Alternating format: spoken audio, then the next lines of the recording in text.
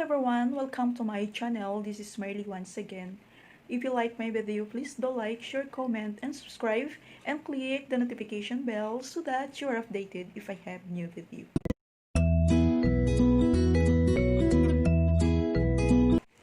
Okay guys, this video would like to share with you about on how to level the plate, the bottle jar, the glass, the plastic glass, and everything you want to level it. You use your name or the brand, you can do it.